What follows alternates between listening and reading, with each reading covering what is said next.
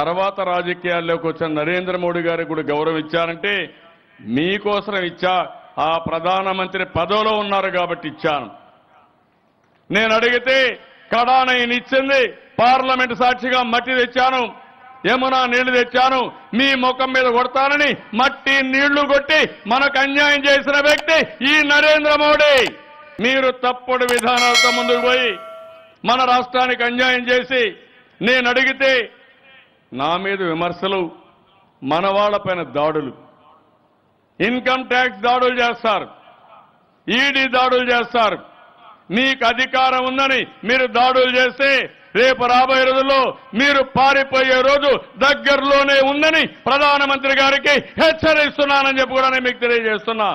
మోదీ గారు ఒక వ్యక్తి కాదు,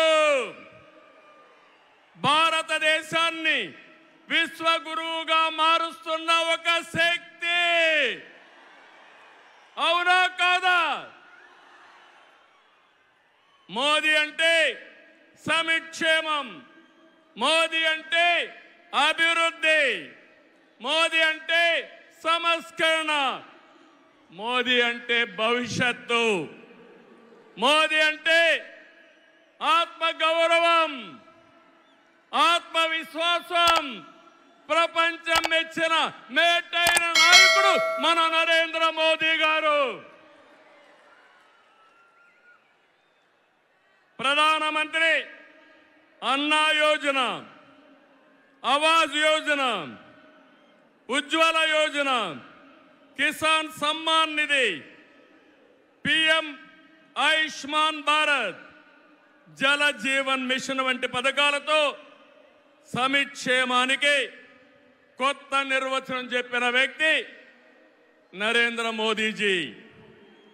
సంక్షేమ పథకాలు అందిస్తున్నాయి, దేశాన్ని బలమైన ఆర్థిక శక్తిగా మార్చడానికి make in India, startup India, skill India, digital India, Gatishakti, Bharatmala వంటి అభివృద్ధి కార్యక్రమాలతో సంపద సృష్టించిన వ్యక్తి మోదీ గారు. డిమానిటైజేషన్, జిఎస్టి వంటి సంస్కరణలతో దేశ ఆర్థిక ముఖ చిత్రాన్ని మార్చిన వ్యక్తి మోదీ గారు. ఆయన నినాదం సబ్కా సాత్, సబ్కా వికాస్, సబ్కా విశ్వాస్ అనే నినాదంతో దేశానికి ఒక నమ్మకాన్ని కల్పించిన శక్తివంతమైన నాయకుడు నరేంద్ర మోదీ గారు.